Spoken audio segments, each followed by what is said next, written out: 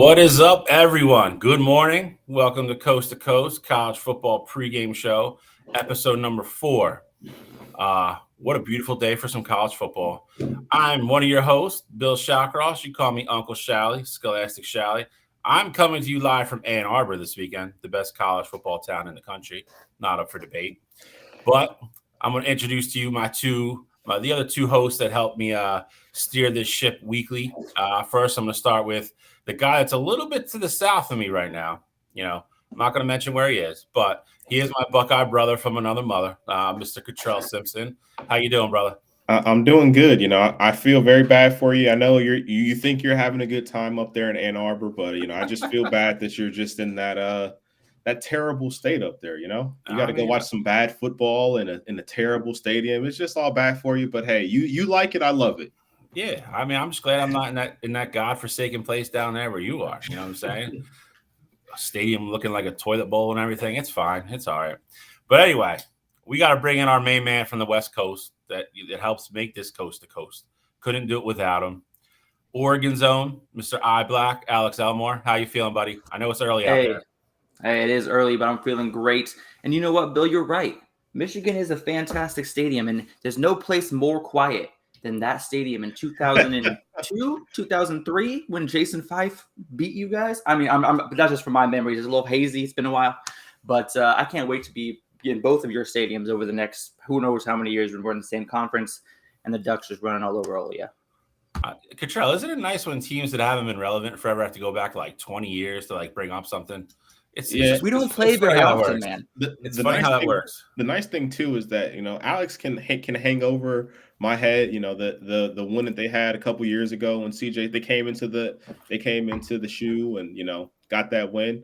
But the last time we played in the big game was I think the college football playoff, and if I'm not mistaken, the Buckeyes took care of business in that one. So we got a nice shiny trophy to make up for. Can't open those cans of worms, Alex. You can't go back once you open them. I'm sorry. What? There's like a connection issue. I know. West Coast. I know it's crazy out there. All right. So listen, we got a million things to get into today. So we kind of got to get rolling here. So we're gonna give you your game previews. We're gonna recap last week. A couple games we have to talk about. College Football Eliminator. It's gonna be fun. We're adding teams. We told you this was gonna happen, and we got some people switching sides already. Like I said, we're going to preview week 3. Not a bunch of marquee games, but a couple we're going to talk about. We still have pick 'em. Then we're going to go over all of our personal picks for, the game we're looking forward to most in the Big 5 conferences. So I think that'll be fun because I don't think all of our answers are going to be the same. Obviously, I think me and Cottrell are probably going to agree on one. But other than that, I think they might be different across the board, depending on, what you're looking forward to or how meaningful you think the games are. And then we're gonna introduce something else new that we want to do every week as well. Something that we all agreed upon. We want to do. We're gonna put this out every week. We're gonna put out a status to where any random question you guys want to ask us, we're gonna answer at the end of the show. So that's something we want to build on and we want to get going as well. We'll pick the top 5 or 6 questions every week and go from there. So we gotta get started. So I'm actually going to start where we pretty much left off last week. We're not going to spend a ton of time on this game. Colorado looked great again against Nebraska last week. I mean, I think everybody's waiting for Cinderella here maybe next weekend, but Colorado looked great again. Sure, Sanders did his thing again. And they rolled Nebraska. I mean, they rolled them. Yeah, I mean, it was a good game for about a half a game, and then they made a couple adjustments in the second half and then just took off like a jet, and that was it. Spanked them, beat them by over 20. I watched the game. Listen, Shador Sanders is for real, man. I mean, I don't think anybody on here was really doubting him, but actually getting to sit down and finally watch him. That kid's a good quarterback. He's a good quarterback. You got some guys saying he's going to be a first-round pick now. I think he's got the physical skills to do it. I mean, I really can't argue it. What'd you guys think last week? I mean, I think for me, the biggest thing was that, we got to see that Colorado team face a little bit of adversity in that first half. Obviously, the game against TCU, it seemed like their offense really had it clicking, right out the gate. They scored 40-plus points in that one. And so, we knew the offense was going to be the strength of that team. But you go out there against the Nebraska team who runs really a similar defense to what TCU does with the 3-3 setup, and they just didn't have as much success. You could tell Nebraska was doing a great job at trying to confuse Shador back there and things like that by dropping different linebackers, blitzing different ones, just giving them different looks, keeping everything fresh. And it definitely, got to Colorado in that first half. But, they went into the locker room, they made their adjustments, and they looked like a completely different team in the second half. And, Nebraska did have a lot of, unforced errors. Jeff Sims was just dropping the ball at different points.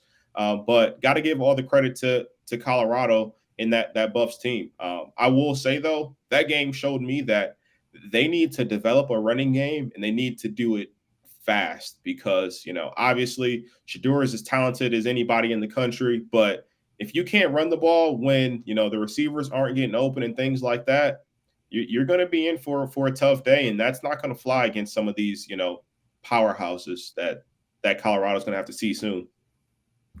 No, I totally agree with you there. I mean, kind of just like we had said last week, Nebraska came out swinging, only, held them in check the first half, and they didn't even get a touchdown until like 3 minutes left in the first half. Colorado didn't. So, I mean, they did a great job defensively that first half.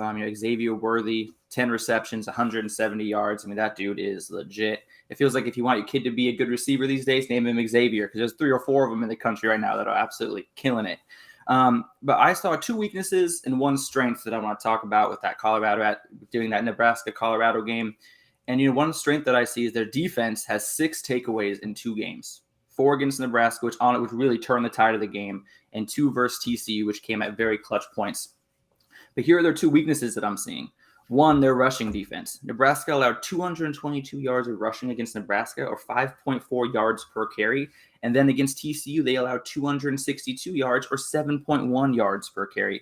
That is way too many yards per carry to hold a team like Oregon, for example, in check, with Bucky Irving running all over, excuse me, can't talk today, all over the field. But the other thing is that they have no rushing offense. I mean, they're one-dimensional, just like you were saying, Cottrell. I mean, versus Nebraska, they had 58 yards, and TCU, they had 55. They're averaging 1.7 yards per carry. That's not going to win in the trenches if they're in a bad weather game. That's not going to win against a big SEC opponent in the playoff. I mean, so they really need to develop that side of their game. But other than that, I mean, like you said, Sanders is legit. The defense, I believe, will improve as the season goes on. And Colorado State should not have added any tackling fuel to today's game, and they made a mistake there. Hell yeah, Nick, go blue. Later tonight, I can't wait. But no, listen, I think you guys touched on the big things, and I don't want to foreshadow too much because it's going to be obviously one of our biggest games next week, which is going to be a loaded slate, I can't wait. But I think Colorado, and I said this at the beginning of the year, before they even played, I felt like Colorado was probably going to mimic something similar to USC last year. And I think you're seeing it. I think you have a super high-powered offense and a defense that is relying on turnovers right now to keep them in the game. Again, don't want to foreshadow too much, but you start playing a USC, an Oregon, a Washington, a Utah, maybe even Oregon State, a team who's not probably going to give you 2 to 3 turnovers. How is that defense going to get off the field? And I think that is the question we all need answered now. And, and I'll give Colorado, 1,000,000% credit. At the beginning of the year, I don't think any of us thought they were sitting here 2-0. I think we were probably figuring 1-1 at best. You know what I mean? Like Cottrell's got a bet with Gene. Say Cottrell say 2-0. Yeah, I guess. I picked Colorado out the gate, money line. You did.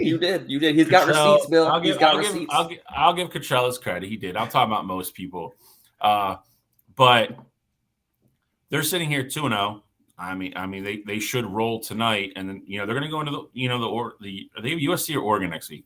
Oregon game 3-0. I mean, that's going to be, that is I think going to be the real litmus test. But again, I think you got to give Dion all the credit in the world. I mean, I think this team is leaps and bounds ahead of where everybody minus Cottrell thought they were really going to be at this point. The one guy that knows everything in the world, Cottrell Simpson. So again, I'm interested to see, I don't want to foreshadow too much, but might have them and pick them today. Not sure. But I'm curious, they got a rivalry game. Colorado State's went and, Coach went and stuck his foot in his mouth too.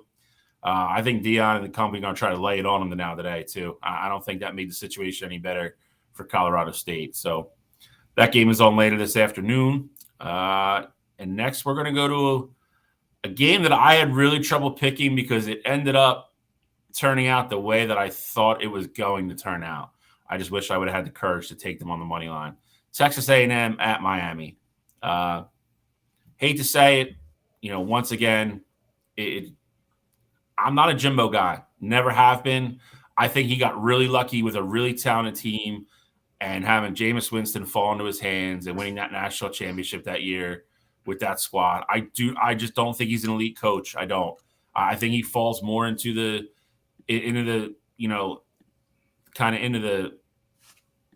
Nick Frank or the James Franklin mold. I think he's a great recruiter. I don't think he's a great in-game coach. I think that's who he is.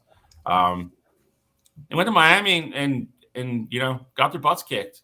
They did. Tyler Van Dyke in Miami, they moved that ball at will all day against what was supposed to be one of the best defenses in the SEC, and Miami torched them at home in front of a half-empty stadium, which is embarrassing in its own right. We'll talk about that in a second. But Texas A&M, same song, different day. What do you guys think? Well, I guess I have a question for you, Bill, before I jump into my kind of assessment. Did Tyler Van Dyke do enough to prove that he can play in a big game? Yeah, I mean, it's A&M. If it would have been Alabama, I would have definitely jumped into that and given it to him. Listen, I think he played a great game. I mean, that's the best he's looked in a biggerish game. A&M was ranked 21st going into that game, 23rd, somewhere down there. Something like that. Yeah. And I think I think that was one of the teams a lot of people at the beginning of the year thought they were ranked a little bit too low. And I didn't. I thought they were right where they needed to be. I know this was Cottrell's dark horse to get to the SEC championship. Well, not his dark horse, it's his pick. So as fast as I give you your roses, I will take them away as well. Because there's no shot they're winning the SEC West after what I saw Saturday. So season's still early. I was going to say, I don't think he finished the slate. I don't think he finished the slate Saturday. We did. So we're gonna get to that. We're gonna get to that after this, but it's a generality, but it's kind of true. Texas A&M, another really big game, not the best performance, and yeah, Miami showed up. Miami showed up ready to play and took it to them. So that's a big win for Miami. I think. I don't think you can look at that game and tell me Miami can't beat Clemson. Yeah, I mean, I don't know if they can beat Florida State, but there is no doubt in my mind they can beat Clemson the way Clemson's looking. So, big win for Miami. Another Jimbo dud. I would love to hear what you guys think about it. Yeah, no, I mean, Connor Wegman, he had a great game, 336 yards, 2 touchdowns. The problem is he threw his first collegiate interception and he made it 2. Evan Stewart, 142 yards receiving. Their offense is still, looking at exactly how I would want it to look. I mean, if you look at the stats side by side, I would have thought Texas would have won, or Texas A&M would have won the game. If you don't look at the score and you look at just the team stats, it looks as if A&M would have dominated this game. They had 25 first downs versus Miami's 16. They had only 55 penalty yards. Miami had double that at 110. And Texas A&M dominated the time of possession. Well, not dominated, but had the ball for 5 minutes longer. To me, the biggest play in the game, and you can't tell me Miami is the better team in this game. And the reason for why I'm saying that is Miami had 10 points off the three turnovers that Texas A&M had in the second half. I mean, you eliminate those turnovers, we have a much different game. That last possession where A&M throws an interception, that possession would be for the game instead of, an interception to end the game. So realistically, if Texas A&M can just stop their turnovers, be more responsible with the ball, and get their defense to step up a little bit and make one extra stop, A&M wins this game. That's just my opinion. May not be favorable for everybody, but I still think A&M's a better team. Alex, I do want to comment on that because I somewhat agree with the same sentiments. The end of the game, obviously, you're forcing the ball down the field, and the interception just happened. The one pick wasn't even on Wegman. Middle of the field, ball was right where it needed to be. Receiver slipped, and it made Miami, in a great position to get that interception. So I think those are two turnovers that are completely avoidable. But I don't want to just let Texas A&M all the way off the hook here, because the way that their defense looked, against Van Dyke and that Hurricanes offense was not favorable. I thought Miami was moving the ball pretty much at will. There was times when that Texas A&M defensive line looked dominant, but there were also other times where, Tyler Van Dyke had time to just pick them apart. And I think Van Dyke looked great in that game. I will say he played good in a big time game, because I get it. A&M, they were only, higher, 20s, ranked in the 20s in that game. But the defense is supposed to be the strong suit of that team. They have, who knows how many 5-stars playing in that game there. And, Tyler Van Dyke handled it with really no problem. So I want to give him a ton of credit in the world. I do think Texas A&M's issues in that game are very much correctable. But, at the end of the day, Miami won the game. And every time Texas A&M looked to be back and, counter strike with them, Miami, held serve, and they took every punch on the chin, and they were ready to strike back. So, got to give Miami all the credit in the world there. So Mario Cristobal is a joke. I will never give him credit. Yeah, there's a little Oregon hate there somewhere. Listen, I'm gonna disagree with definitely with Alex and Cottrell a little bit. Listen, you can talk about the one turnover all you want. This wasn't a one possession game. They won by 15 points. Like that's a different animal altogether.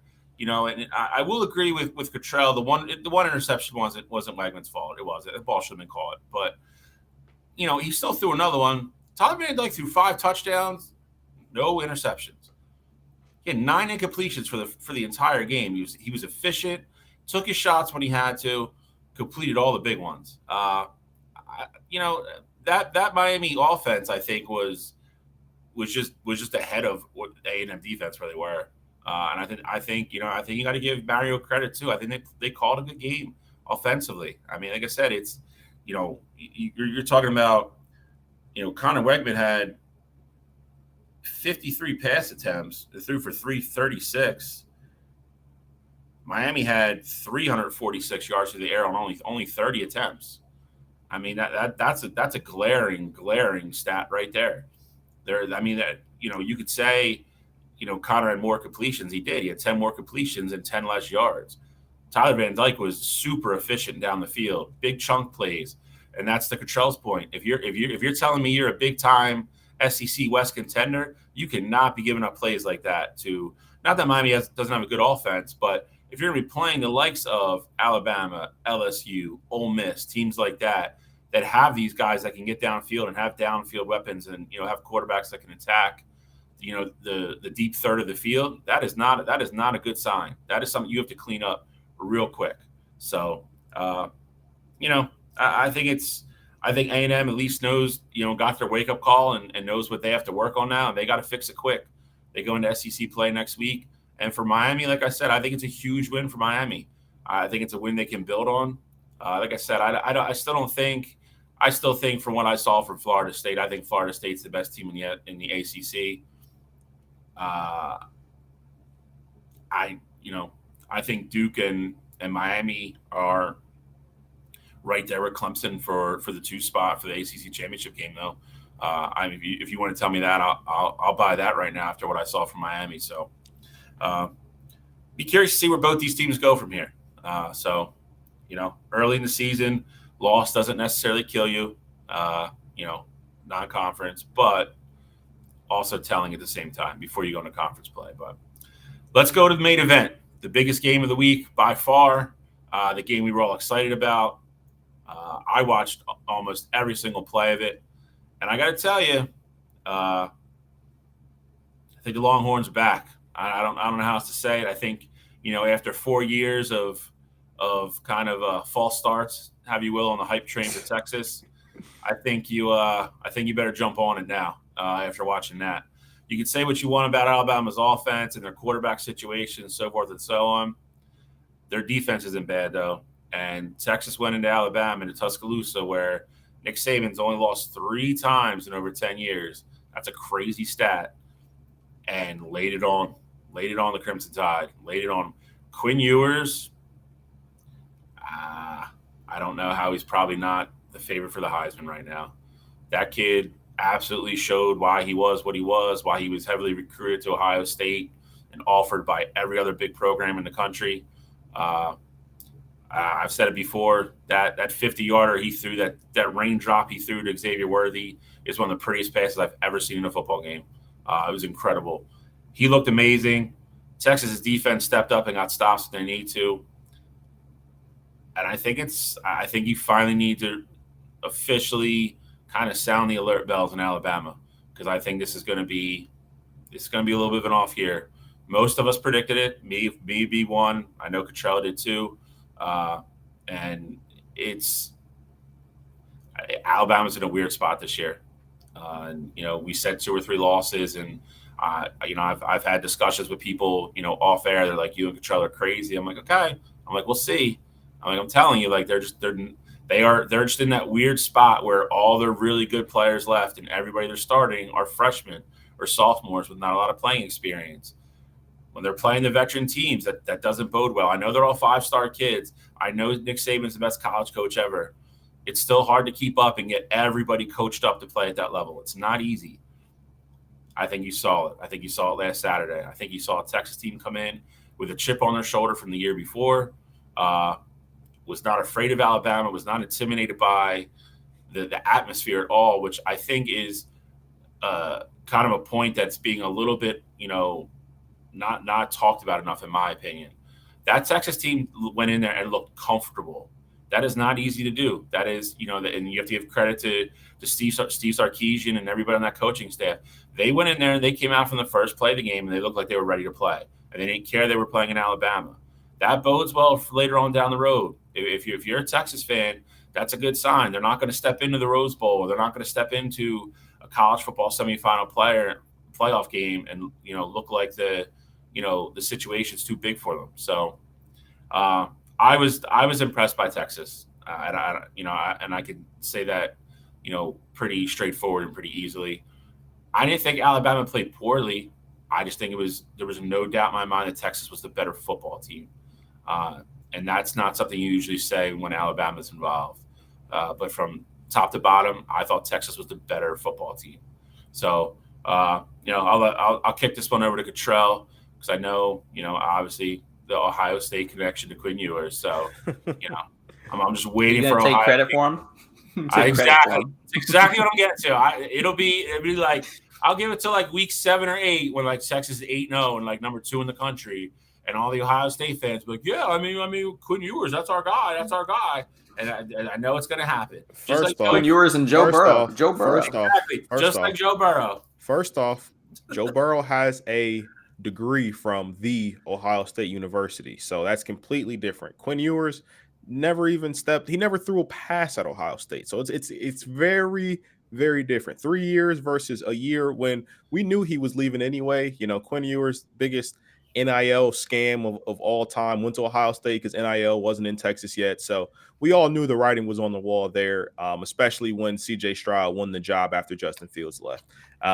But what I will say is that Quinn has looked every bit as good as I've fully expected him to be. Quinn Ewers was a guy who I picked to win the Heisman this year, and I thought that he was going to have that performance against this Alabama team. Now, what I will say I didn't account for is, well, I thought Texas was going to be successful on offense. I didn't know that they were going to go into that game with absolutely no fear. Sarkisian, he had a game plan, attack downfield, and it wasn't just, hey, we're going to be somewhat conservative, just go after the first downs here, move the ball, diabolically down the field. That wasn't the case.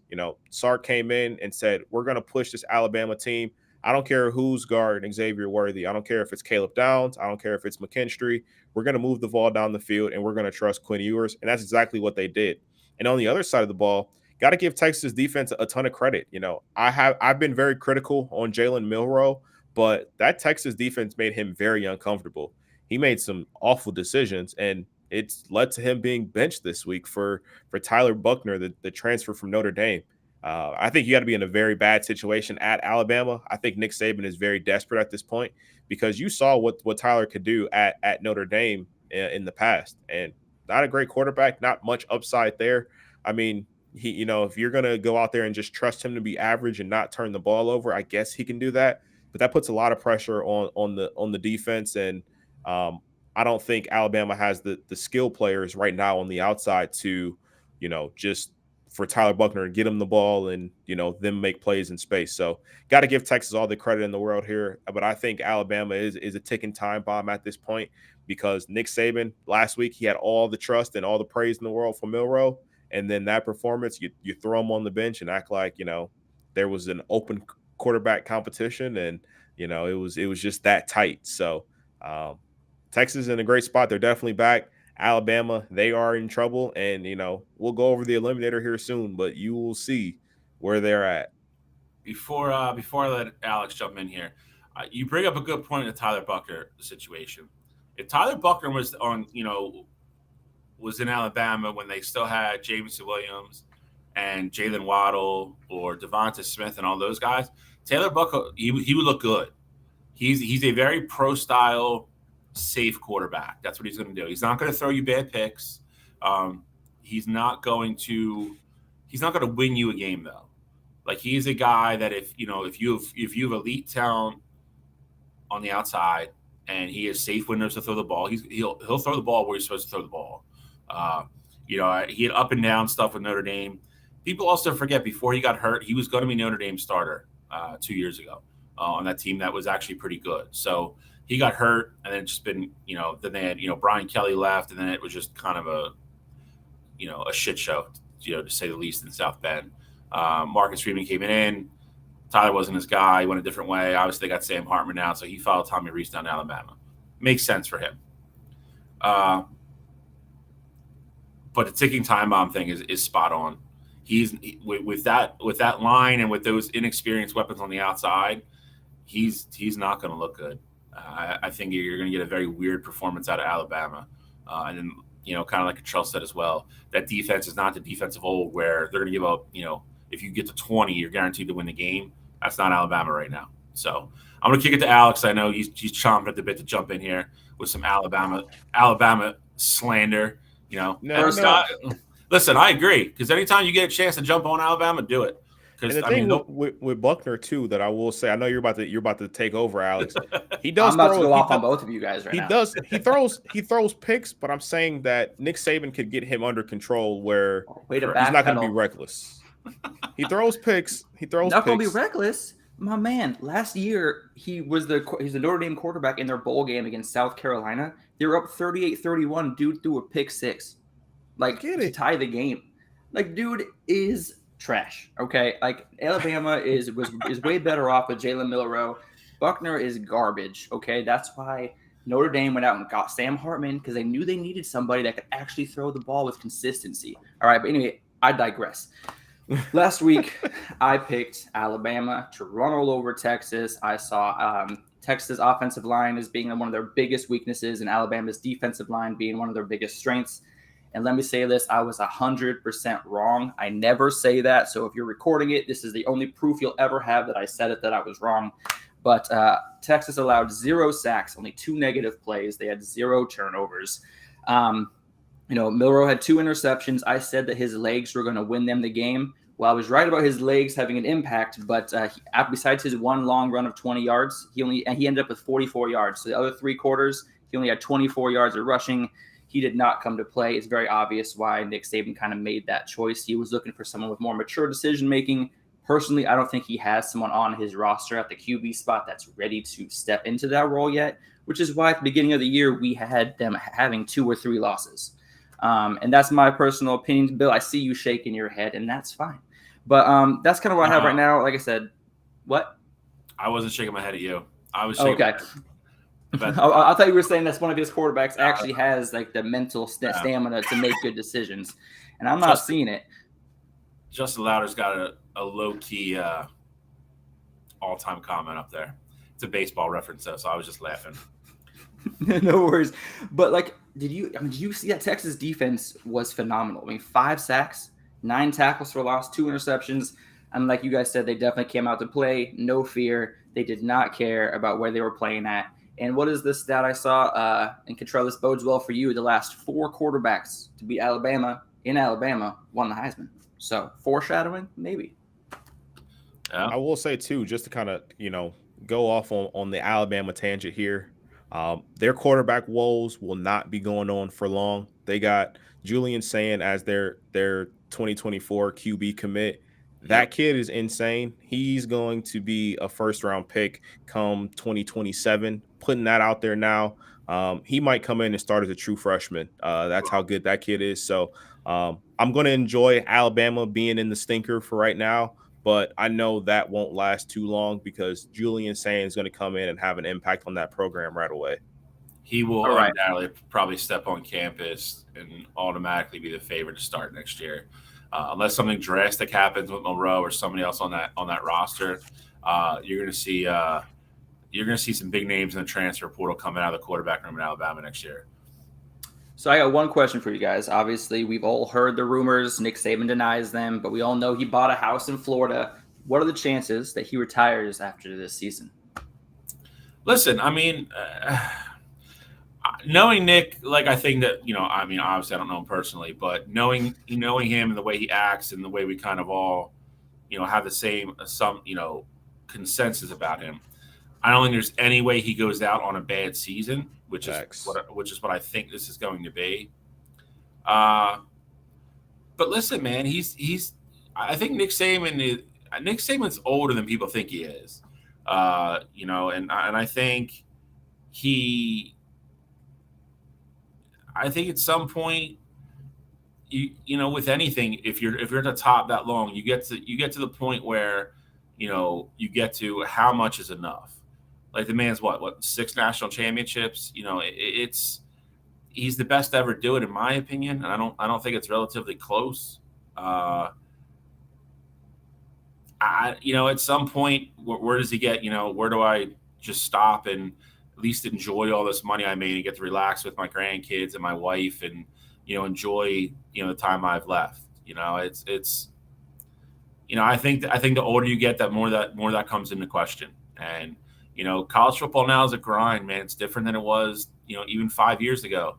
You have NIL, you got to sign guys, other schools are recruiting better than they ever have. I remember 3 or 4 years ago, when Harbaugh started doing that IMG showcase thing, and he freaked out because Saban used to walk on campus and sign for those guys without even talking to them. And now you have Michigan, Ohio State, other big teams like that recruiting and plucking kids out of the South. Hate to say it, but Miami had a good recruiting class last year. They're going to start keeping more local kids home. If Florida State continues on that upward trend, they're going to start recruiting better in Florida. You're going to get that home state pride back thing again. A lot of those kids aren't going to flee to Alabama and Georgia. So it's and it's with the early signing period and everything. Like college football is a year-round grind now, man.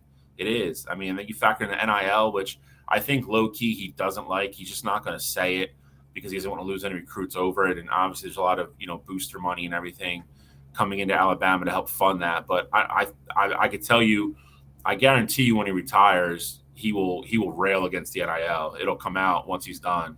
I know he doesn't like it. I know he doesn't. So it's, I could see him, again, my biggest thing, it was my first point though. I don't think he walks away after a season like this. I could see if he wins a national championship next year, or the year after, I could in reality very quickly see him being like, I'm done. I'm going to retire, and and that be it. I do think he truly cares about Alabama though. So I think he will have kind of a, succession plan in place. I don't think he'll blindside Alabama. So I think he'll want to have something behind the scenes kind of in place to, hand over to a big name or somebody on the staff. So, there's not a mass exodus there. But I don't think it's crazy at all. I don't. I think he's getting older and he just might not want to do it anymore, man. I mean, it's a grind.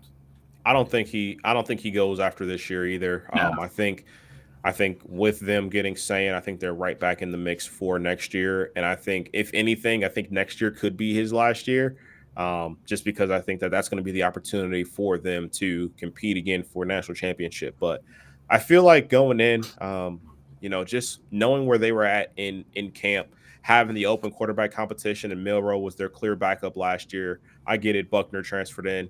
Nick Saban had to know in the back of his mind, whether he wanted to admit it or not, that Alabama took a step back from where they normally were. I mean, you lose the amount of talent that they've lost the past few years. I mean, they lost the number 1 pick and the number 3 pick in the same class. So, arguably the best player in the country on offense and defense no longer there anymore. So you're going to have a drop off when that sort of thing happens. Obviously, J-Mo's not there anymore either. Mechie's not there. They're a couple years removed from those guys. And so, even for a team like Alabama, it's normally just, you lose and then, retool. But I think it's just taking a little bit more time. And Nick Saban knows that he can't do this forever. But I don't think he went in truly with championships aspirations this season. I think of course he wants to win that, and he's going to do everything he can to do that, but he knows this team wasn't as talented as those teams in the past. And so I think, that game plan is definitely starting to be there. I just don't think he's quite there yet. Maybe into 2024, maybe into 2025, but I don't think that fire's out of Nick yet. All right, we're gonna go to kind of the fun tongue-in-cheek kind of portion of the show. We're gonna bring up our college football player eliminator because we got some movement this week. So if you're just joining us for the first time, we moved TCU and Clemson last week firmly into the pretender category, and we had the little LSU Tigers down there in the corner, because they are hanging on by a thread. And now we're going to add 2 more SEC teams, and they're going to be in the same boat as the Tigers. That boat's getting awfully full and awfully heavy really quick. Somebody's going to go over shortly. So Alabama, Texas A&M, we just talked about both the games. Both suffered losses last week. The only positive light is they weren't conference losses. So all 3 of those teams still have a way back. They got to run the table, get to the SEC championship game, and probably beat a Georgia team there. The only problem with this is all 3 of them play each other, and they're all in the same division.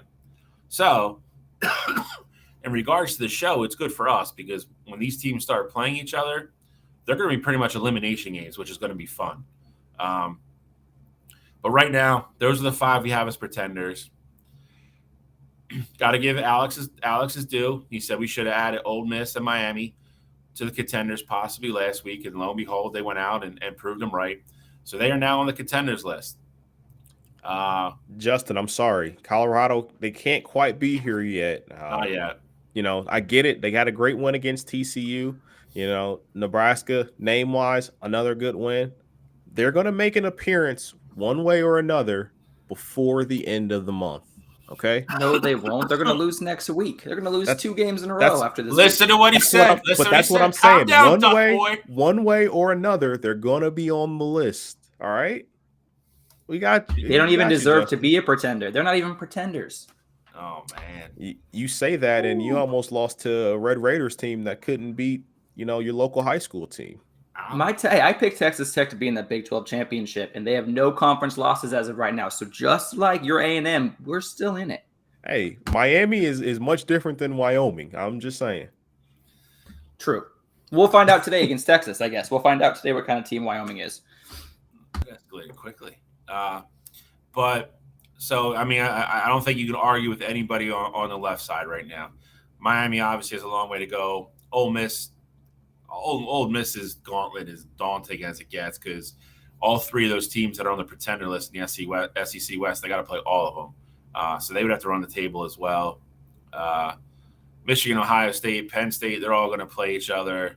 It's going to get interesting. It's going to in a couple of weeks, it's going to be really hard to still be firmly on that left side on that contenders list. And the pretenders is going to fill up quickly. For sure.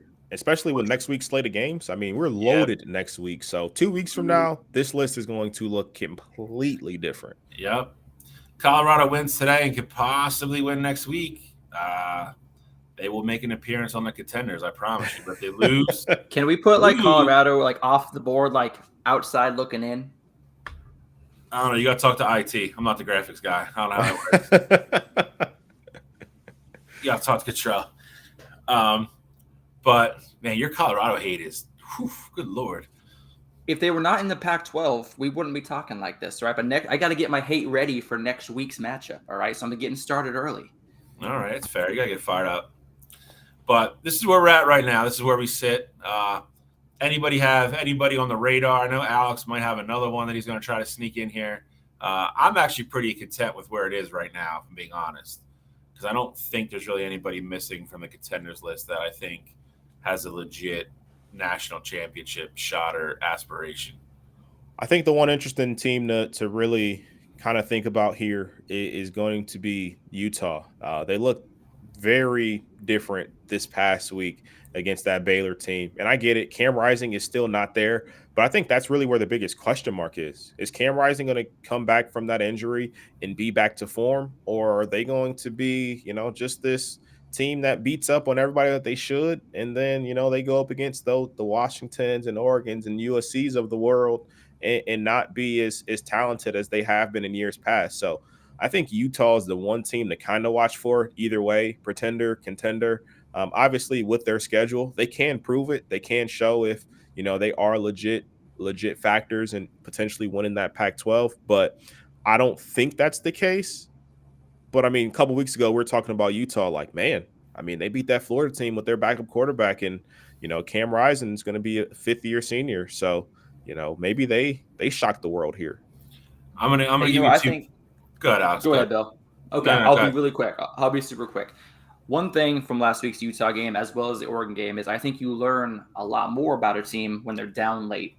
And we were talking in our group chat, and you were like, "Who is Utah this week? Like, what is going on?" Cottrell, you were kind of freaking out in the group chat about Utah not playing very well.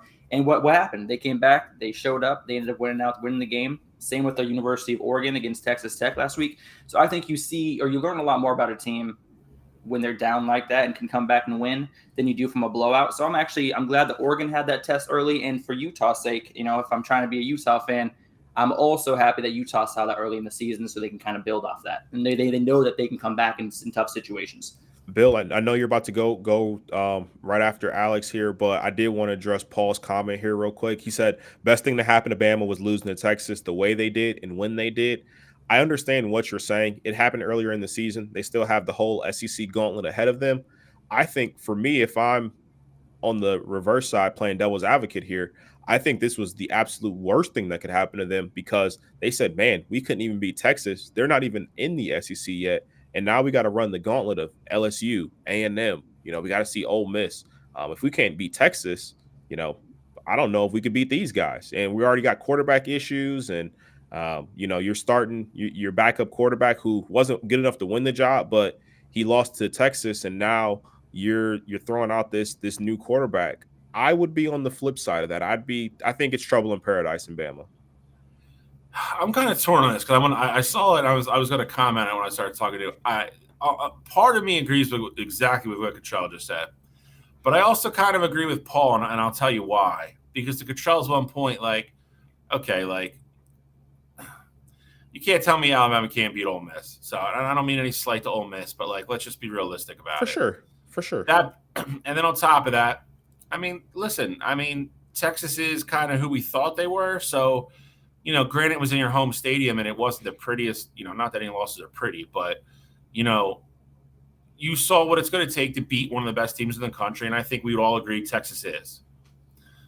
Now, on top of that, you're telling me they got to go play Texas A&M and LSU. After watching Texas A&M play Miami, I'm not scared to play Texas A&M by any means if I'm Alabama. And the way LSU got dog walked by Florida State, I don't think either one of those teams are what we thought they were either. So I think it's a whole mishmash of stuff going on. I think the SEC West is going to be chaos. I think if Buckner gets in there and can somewhat kind of just steady the ship and they can be reliable and hold the ball a little bit longer and keep the defense on the field, I think Alabama's way back. That's why we're not completely eliminating them. But that being said, at the same time, if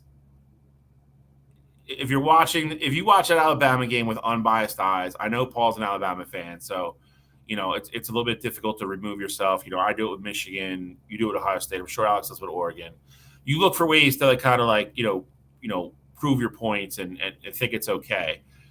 I can tell you if you're watching that as a non-Alabama fan, Alabama's got some things to fix, and they got to fix them quick. They have glaring deficiencies on that team this year, which is not very Nick Saban-like.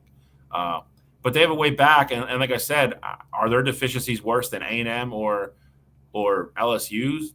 I don't know. I don't think so. And when it comes down to coaching, I'll take Nick Saban over Brian Kelly and Jimbo Fisher all day to get it done. So, for sure.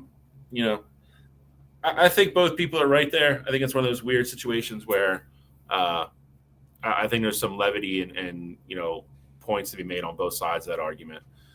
But to get back to Utah real quick, I will make this statement now, and it's kind of a broad statement, but I truly believe it. Washington, Oregon, or USC, one of the three of them will lose to Utah. I guarantee you. There's no way all three of those teams beat Utah. It's kind of like a Russian roulette thing. I think USC has to go to Utah. Alex, where do you guys have them? I believe we're in Utah. So, there you go. I'm telling you, Utah, and they're a good team in their own right, but Utah is going to destroy somebody's college football playoff.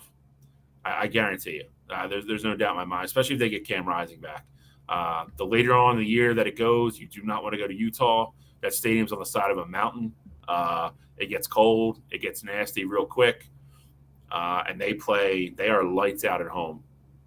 I think on the road last week, they didn't look great, but on the road against, a decent Big 12 team in Baylor with your backup quarterback to get a road win and get home with a W, I think you always count that as a win. Not the prettiest, not the most efficient game by any means. And for stretches of it that I did watch, they did not look good. They had no fluidity on offense whatsoever. They were all over the place. They weren't on time with their passing routes. Run game was very stagnant. They were behind the chains constantly. But they pulled it out and got it done and went back to Utah with a win. So at the end of the day, that's the most important thing. I got to think Cam Rising can't be more than a week or two away. And I have to think the whole goal was probably week 4 or 5 for him to play. That lines up, normal time-wise for that kind of injury. And, they were just going to hope they were going to be able to tread water until then. And so far they are. So we'll see. I think Utah is definitely an intriguing name to put on here. And the nice thing too with them is that this week they got another non-conference game, and then next week is when they got to go and play. Well, they play them at home, but they got to play UCLA. So I think if you sit Cam Rising today, obviously, and then next week, you throw them out there against that UCLA team, because then they're really up against the gauntlet. It's UCLA this week, then they got Oregon. Well, next week they'll have UCLA.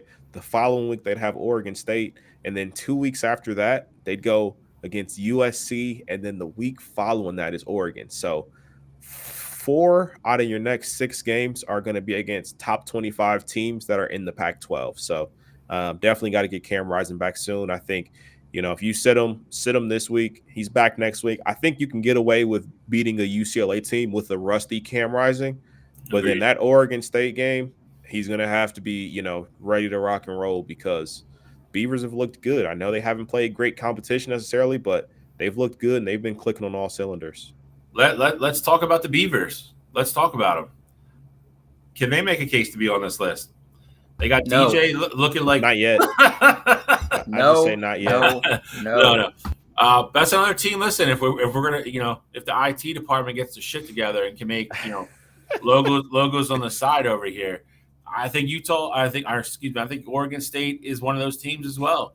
DJ looks like the freshman DJ from Clemson. No pressure on his shoulders, just going out there and playing and having fun, and he looks like a different kid. So I think, again, probably not worthy to be on here yet, but I think they're knocking at the door. Agreed. I definitely agree with that. Pac-12, look, Alex, I know you hate all these teams in the Pac-12, but Whoa, I don't hate all the teams. All right, I like Arizona State. All right, go Sun Devils. They're good. All right, I mean they're terrible, but exactly. That's why I'm sure you probably like Cal too. Cal Berkeley. You don't have any issues with them. But listen, I get it. I think if anything, Alex, I mean, you got to look at it this way. I think a lot of people thought it was a 2 or 3 horse race in the Pac-12 this year. I think the Pac-12, I think people slept on them this year. I think it's a way better conference than people thought it was going to be this year. And that's a good thing for you guys it also, if somebody can run the table, you're 100% going to be in the college football playoff. And I think even with the strength of the Pac-12 this year, I think there's a pretty easy, road to getting in with one loss as well. So, in a normal year, I wouldn't say that. And we've seen one-loss teams not get in before because they've taken one-loss non-championship winners because they just think they're better teams and they're coming from a stronger conference. I don't think you're going to make that case this year for the Pac-12. I think if somebody's sitting there with one loss and they're the Pac-12 champion, I think there's a really good shot they get in. So a lot of depth there this year. I mean, you're 5 or 6 really, really good football teams. So I think that's a good thing. It sucks you guys are blowing it up after this year, but I mean, that's not that's a different discussion for a different day. But you guys are gonna go out. You guys are gonna go out with a bang. Look, all I know is that Oregon State scored 100 points, and they've played all the high school teams in California. That's all I'm saying. How crazy would it be, though, that if a Pac-12 team wins the championship this year, and then it's like, yeah, we're folded in conference. Like, the conference doesn't even exist anymore. That would be so wild to me. Like, it's the ultimate mic drop. It's the ultimate mic drop, and then it's the ultimate, like, look around and be like, what the hell are we doing? Like, this wasn't the right decision. That is quite literally the one way to not read the room. Like, I just don't understand how, and to a degree, I get it. Money is involved, things like that. But your final year, I mean, this could have been the ascension of the Pac-12. Obviously, you got Dan Lanning, you got Lincoln Riley at USC. Like, you have the guys to. Bo Nix is a high quality name. Caleb Williams, obviously, he has a Heisman under his belt. Michael Penix is going to be in the mix this year. Like, and then you think of teams like Colorado, who Deion's going to recruit his ass off no matter where he's at. So you're going to have more names, things like that. Pac-12 really blew an opportunity here to not only just fight and be in the mix this year. I thought the Pac-12, as it stood right now on this trajectory, we could have been looking at them as like the new, I'm not going to say Big Ten, but they could have been on that level where they have 3 or 4 teams every year in the mix just because, they got all the things in the right places in terms of coaches at those bigger name schools. And then just the way that they're recruiting over there on the West Coast. I agree wholeheartedly. And I know this wasn't, to some degree, you have to defend the decision because they weren't looking at what it meant necessarily for 2024. It was where are we going to be in 2026 if the ACC steals a couple more teams or so forth and so on, and then we're completely left out in the cold. So, listen, I said from the get-go, I didn't like it. I think it's cool, and it's going to be cool to watch USC, have to play in Michigan in November, and Ohio State have to go to Oregon. I get all that. You know what I mean? Or watch Washington come play Penn State. In a snow game at Happy Valley. Like, that stuff's all cool. Like, but I also feel like it's after a couple years, the whole the newness of it's going to wear out, and it's going to become the reality that we just have like 2 super conferences and then the ACC, because the Big 12 is going to be a joke. So I mean, people could take that conference you call it the Big 12 by name, but it's not. I mean, you're gonna have Colorado and you're like Cincinnati and teams like that's just not the Big 12. Like that conference is not going to be taken seriously. Agreed. And Pac-12 is going to be gone, and then I just I hate what college football has become. I would have loved USC, UCLA, Oregon, Washington all to stay in the Pac-12, and if anything, at that point, I would have tried harder, especially with Deion, to try to keep him in in the Pac-12, and then maybe try to done the reverse and try to went and made the Pac-12 bigger. That's what I would have done if I was the Pac-12. But the Big Ten just makes so much money now with the new TV deals, with the Big Ten network in its own right, plus the new CBS deal. And that's what it's about. It's all about money, man. And that's unfortunate. That's where we are with college football right now. I don't want to dwell on this because it pisses me off, and I don't want to bring the show down. But the novelty of it the next couple of years is going to be great. I know I know we have USC and UCLA the first year. I think you guys have the same, I believe, Cottrell. Yeah, I think so. Yeah. Yeah. So I mean, it's going to be cool. Like, don't get me wrong. And the college football playoff expands next year. So I mean, the top 8 are going to get in. So, you know, it's kind of, you know, good on one side, bad on the other. I'm glad we're finally getting the expanded college playoff that I think everybody's wanted and thinks the sport needs, because I think taking the top 8 teams to the college football playoff next year, I think it's going to be incredible. I think it's so good for the sport. It's so good for the game. But then in hindsight, you're destroying all the conferences at the same time. So it's like, you know, bite off your nose, spite your face type thing. So mixed emotions for me. But enough of that. We're gonna hop into one thing to watch for real quick that we do every week. You know, talk about our 3 teams and what we saw last week, and you know what we wanted to see last week. Did we see it, and what we want to see this week? This is going to kind of be the last easy week of it per se, because I know we have a layup tonight. I know Ohio State does as well, and so does Oregon. So all 3 of these teams should roll pretty easily, you know, later on today. But then next week we start to get in the crux of it. You've Notre Dame next week or the week after? Next week. Next week you guys have Notre Dame. You know, we start Big Ten play. It's only Rutgers. Sorry, Rutgers, you're gonna lose by 60. But Alex got to see Dion. Dan Lanning's gonna put some bulletin board material out there for him. True. And Oregon gets. We're not gonna say a damn thing. Oregon gets the first legit shot at killing Bambi next week. So we'll see what happens with that. So I'll go first this week. I'll let Cottrell go second, and then I'll let Alex go third this week. Because next week, you know, we're gonna let Alex kick it off next week, I think, because he's got the big one. So, for me last week, I wanted to see more physical play from the offensive line, kind of get the run game going. Definitely saw that. Blake Corum had 3 touchdowns last week, went over 100 yards. Really only played half the game. JJ looked great again. Offensive line looks like it's starting to gel a little bit. So hopefully they work more kinks out tonight against Bowling Green.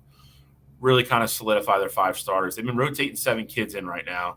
That's very un-Jim Harbaugh-like, I would say. So, Gene's new favorite team, the Longhorns. But we will, I will say for this week, offensive line again. I really want to see who kind of sticks out and locks their offensive line spot down.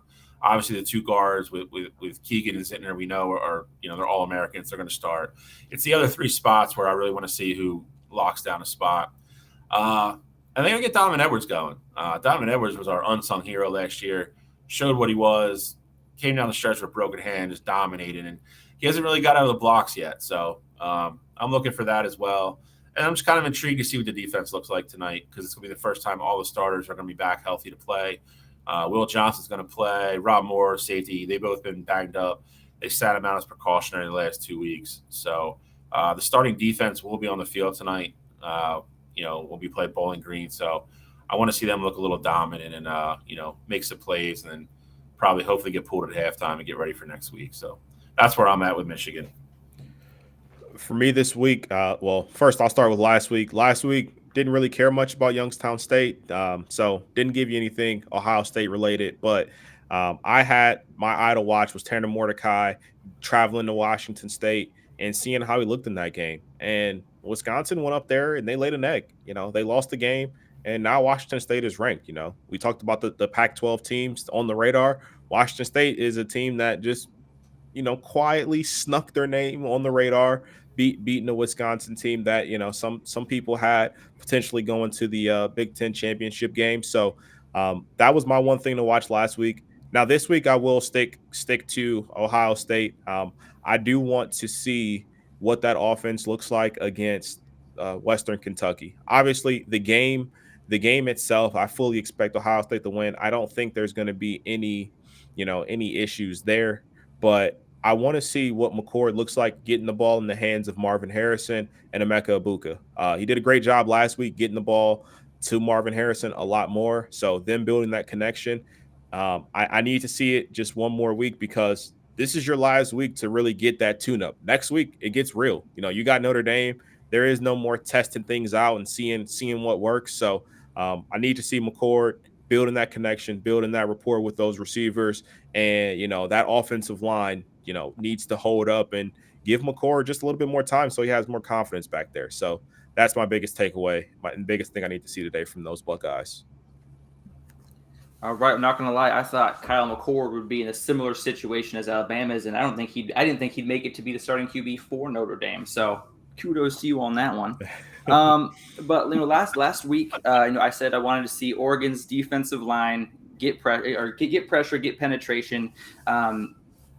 They had 0 sacks week 1. Last week against Texas Tech, they had 4 sacks. Against Portland State, they had 0 forced turnovers. Last week, they had 4. So realistically, I saw what I wanted to see. I wanted to see the defensive line get penetration, which they showed that they can.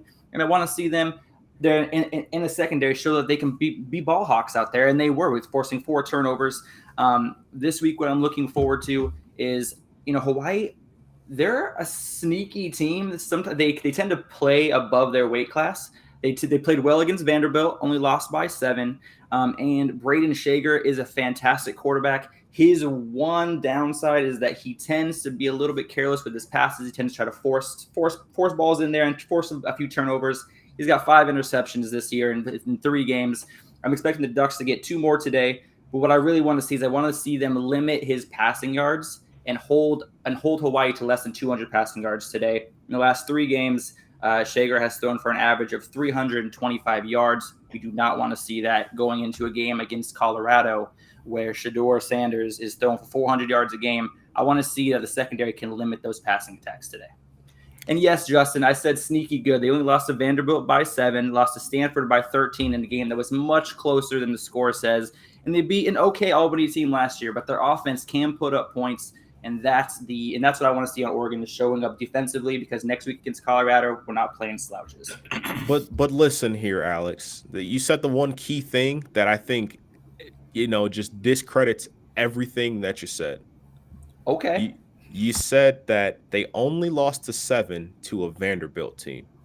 Like that right there tells you everything you need to know. There's nothing sneakily good about them. Vanderbilt is way above Hawaii's weight class. Correct, whether Vanderbilt's good or not. Hawaii tends to outplay their ranking every single time. Are they? You will see. All of my takes have been fire so far this year, so just write it down. You'll also see Vanderbilt's 2-10 at the end of the year, and one of their wins was Hawaii. So I definitely hear you. I'm just saying, when Oregon wins by 93 points today, I don't want you to say, oh, we beat a good Hawaii team. They held them in check. I'm just saying, I think you're hyping yourself up a little bit more than you should right now. Look, we have an Associated Press poll, and I'm trying to get us on that poll, all right? So I'm trying to get this influence going, okay? I got to strengthen that Ducks strength schedule early on. Okay. I like the tension of the animosities and ramping up on the show a little bit here this week. It's like, everybody starting to get real. It's starting to get real. Everybody can feel the big games are coming. Everything's starting to matter. I just hope my team's not the first one to come out of that damn left column. That's all I'm saying. I will, if I can survive past the first cut, it'll be happy. As long as we make it through next week, it's smooth sailing until November.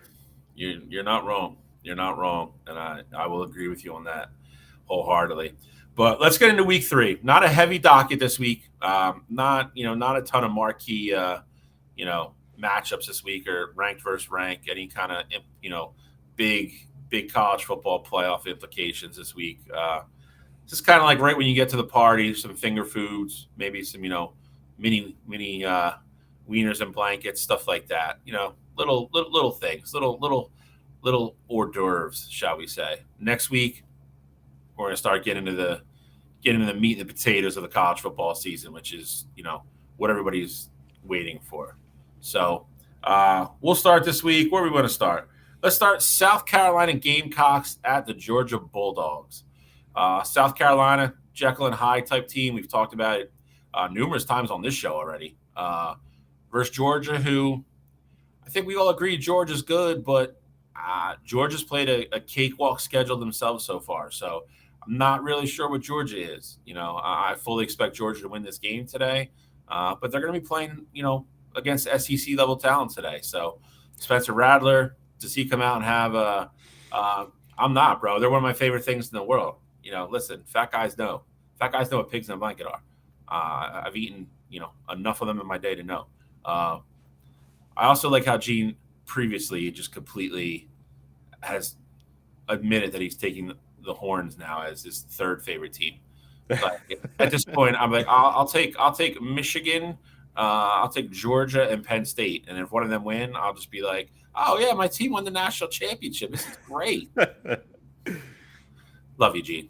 But yeah, so I'm just curious to see what Georgia looks like against a team that actually has speed and positions, and actually kind of has somewhat of a semblance how to play high level football, facing a quarterback who at times looks like looks like a world beater, and other times he looks like he should maybe be playing Division II. I don't know. I don't know what Spencer Rattler we're getting today. I don't know what South Carolina team we're getting today. But how do you guys, what do you think is going to happen today, and how do you think Georgia looks, and so forth and so on down the line? I mean, I think the biggest thing for me this week is, you see it with South Carolina already. Spencer Rattler, the game they lost against North Carolina, Spencer Rattler looked phenomenal. Obviously, his offensive line didn't hold up in that game. I think he was sacked 7 times in that one. So, it was 9. It was 9 times. Yeah, Spencer Rattler was getting abused back there. And against that Georgia defensive front, obviously, it's going to be more of the same this week. But Spencer Rattler has showed me that he is a gamer, and so I think he is going to fight. I don't ever say that I don't believe that Spencer Rattler is going to win this game, but I will say that I fully expect Spencer Rattler to come in and be, very in control and take shots against that Georgia team. I don't know if they're going to have enough to ever make this game necessarily close, but I can easily see them being down 3-4 possessions, but Spencer Rattler always throwing that touchdown to try to get it within 2, try to get it within 3, and it's just never going to happen. So, and Gene, you could say just phenomenal in the first half. I say full game performance there. Didn't turn the ball over. Didn't really make any bad throws. When you're getting beat up back there, that does something to your mental for sure. So I think he fought against a lot of adversity in that game, and I'm going to sum it up as a phenomenal game from him. College Cottrell has spoken. Well, I'm excited for South Carolina versus Georgia this week. I mean, realistically, it's Georgia's first real test. And I got 3 keys to victory for South Carolina. If South Carolina is going to pull out this game, they need to start fast. Georgia's only scored 7 points in the first quarter all year, 86 in quarters 2 through 4. So if South Carolina can come out, put some points on the board in the first quarter, we're going to have ourselves a game, especially if Georgia continues to start off slow, which against probably the best defense, not that they have a great defense, but the best defense they've played, they may struggle a little bit early. South Carolina needs to eliminate turnovers. They've been giving the ball. Yeah. And today it's too early. Can you tell it's 8:00 over here on the West Coast? They've been turning the ball over way too often this year, and they need to control the clock and establish the run game. They're only averaging 1.5 yards per carry. They had -2 yards rushing in week 1 against North Carolina, and they only had 108 last week, which seems nice, but they only averaged 2.8 yards per carry. So that's not going to get you too much on first down, especially, and you're not going to convert a lot on third downs being in those situations. Now, Georgia keys to the game is they need to apply pressure. They only have 1 sack this season so far, but North Carolina, like we talked about earlier, had 9 sacks in game 1 and 16 tackles for loss against that South Carolina offensive line. So it doesn't bode well for them. Don't allow South Carolina any confidence in the run game. I do think South Carolina, even though they have struggled running the ball this year, I think they're going to try to control the clock, try to keep the ball out of Georgia's hands and keep their offense off the field. And realistically, Georgia just needs to not reinvent the wheel. Play Georgia football, pound the ball with the run, and don't turn the ball over, and they're going to handle business just fine. My pick, this is not one of my picks for later on, but I think it's going to be Georgia 38, South Carolina 14. All right. Alex is bringing the fire. Carson Beck's week no 4, world baby. beater, I got Jimmy. it under control now. So I don't think you need to kidnap him. I think if anybody, you need to maybe kidnap Kirby Smart. Carson Beck. I don't know if just kidnapping him is going to do the job. Carson Beck is Jake Fromm. All right. He's very basic. Yeah, I'm okay with that. I'm okay with that. Carson Beck's he's not gonna be the reason. But Jake Fromm, he's a winner though. So like I said, in college football, you just got to be able to control the line of scrimmage, be confident in your quarterback. He's gonna make good throws and make good decisions, and you're gonna be a winning football team. And he can do that. So no slight against Carson Beck at all or Jake Fromm. I'm just saying he's very vanilla. He's not gonna lose you any games. Who has the better year going forward from here? Carson Beck or Kyle McCord? Carson Beck. I'm gonna probably also agree Carson Beck. We got a tougher schedule. We got to play Penn State's defense, Michigan's defense, and Notre Dame's defense. Carson Beck, his toughest test is going to be Tennessee. That's it. Fair. Where are we going next? Let's go a little SEC country. A team that a lot of people are putting these guys on upset alert today. Kansas State at Mizzou. Always a tough place to play. Gene will tell you about it because he was losing his mind last year because we thought Georgia was going to shit the bed in Missouri, but they pulled it out. Yeah, so what do you think? I think Will Howard ultimately gets the job done. Kansas State is the better team here. I do think Mizzou was a tough place to play. We talked about it on Wire to Wire that Georgia is a team that went into Mizzou and they struggled a bit. Because that place was rocking. Obviously, they just started off slow and they ultimately won that game, but it was a great atmosphere there. And I do think, for that Mizzou team, this is their first chance to really put their names on the map, beating a ranked Kansas State team. But I think Kansas State knows what's in front of them right now. I'm not going to say the Big 12 is wide open. I think the clear favorite there is Texas, with Oklahoma being that team right behind them. But, Kansas State knows that, they went to the Big 12 championship game last year, and I fully expect them to come out, still be fired up. I love Will Howard, be prepared. I think Kansas State goes in and gets a win. I agree with you. I think Kansas State pulls it out. I will say this, though. If I had to bet the game, I think there's a good shot that Missouri covers and loses. I think it's a very close game. I think it's a field goal game. I don't see the 4.5. I don't. I like Will Howard. I think he's the best player on the field on either team. Missouri just plays sneaky well at home. They always have. I remember, years ago, they had that crazy game with Nebraska where Nebraska had that fluke deflection play in the end zone that Scott Frost caught like 2 inches off the ground. They gave Georgia everything they could handle for 3.5 quarters last year. They play well at home. I mean, it's never a game you definitely circle on your schedule. Be like, we'll just go to Missouri and kill them, because it doesn't really happen. And they always have good players. So I think it's a tough game. I do agree Kansas State is the better team. They got to go out and do it for 4 quarters, though, because if they don't, I mean, they could easily go into Missouri and lose. So, but again, I will pick, just like I did Wednesday, I will pick Kansas State. I think they win, but I do not think they cover. Well, so far this week, I have Kansas State going in there and absolutely dominating. I mean, Missouri won by 4 points last week to won by 4 points last week to a far inferior opponent. I think they were 13-point favorites last week. Only pulled out the game by 4.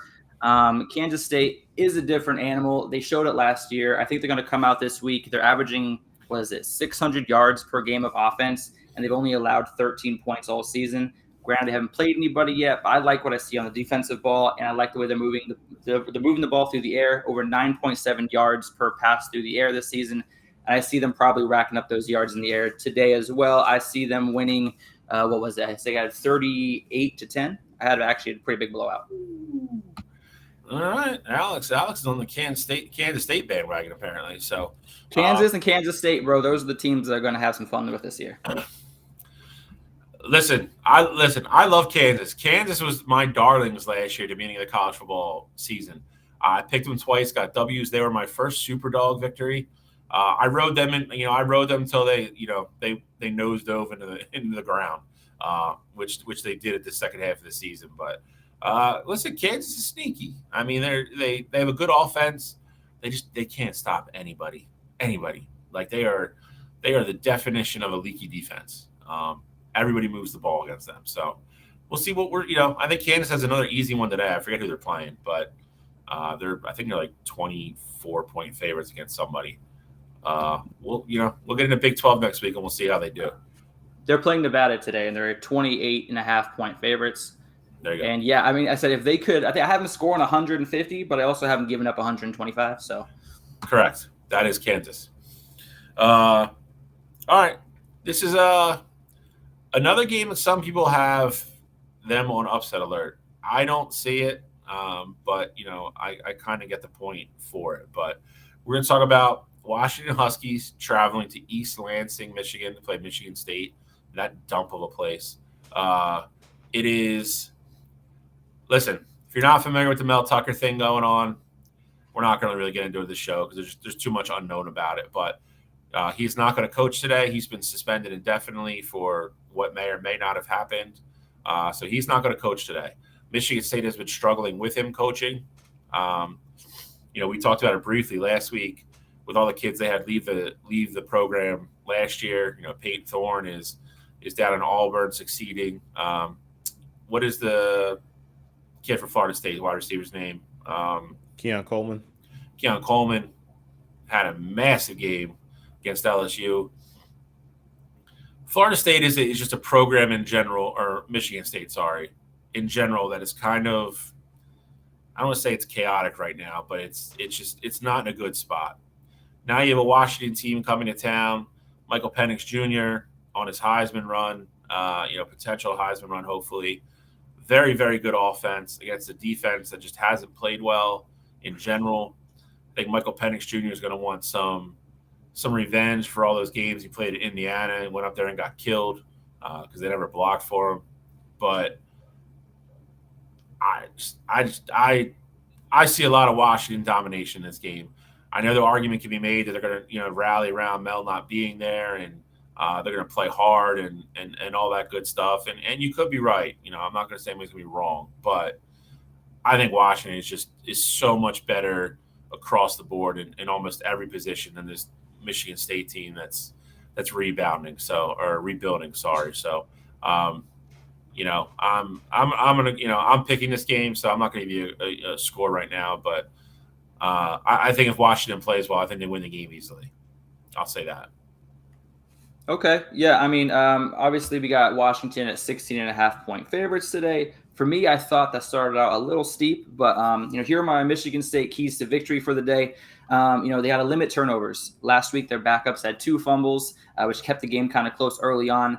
But they have a fantastic running back named Nathan Carter right now, who has 224 yards rushing this season, 6.1 yards per carry, and 4 touchdowns. I look for Michigan State to try to control the ball, limit turnovers, play their game, and play for each other. There's nothing more controversial than what's going on with Mel Tucker right now. And I think Michigan State is going to rally around each other, play for their brothers next to them. And I think they are going to make it a competitive game. But don't let Washington's wide receivers get behind you. Washington is number 1 in yards per play this year. And Washington is also 115th nationally defensively against the run, which is why Michigan State needs to control that line of scrimmage. And Noah Kim, he's got 0 interceptions this year. Dude's looking nice. I'm not saying he's a top 10 or top 25 quarterback in college football. He's smart. And he makes great decisions with the ball. And Washington, Michael Penix needs to be Penix. He has 859 yards passing this year with 8 touchdowns and 73% completion percentage. He's to keep throwing those high percentage passes.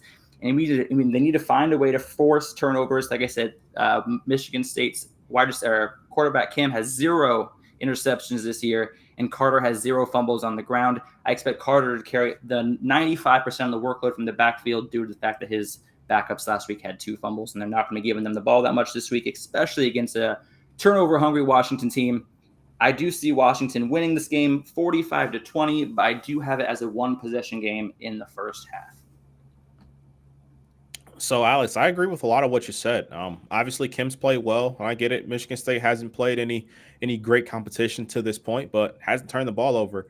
And Nathan Carter has been taking care of business. I mean, the kid's averaging 6 yards a carry, and so I do think they are going to rely on that ground game. And I think it says something when those West Coast teams have to travel over to the East Coast. Now, I will say Washington has the luxury of this game being a 5 o'clock game. It's not a noon kickoff. But at the same time, I mean, the wear of that travel, traveling across the country.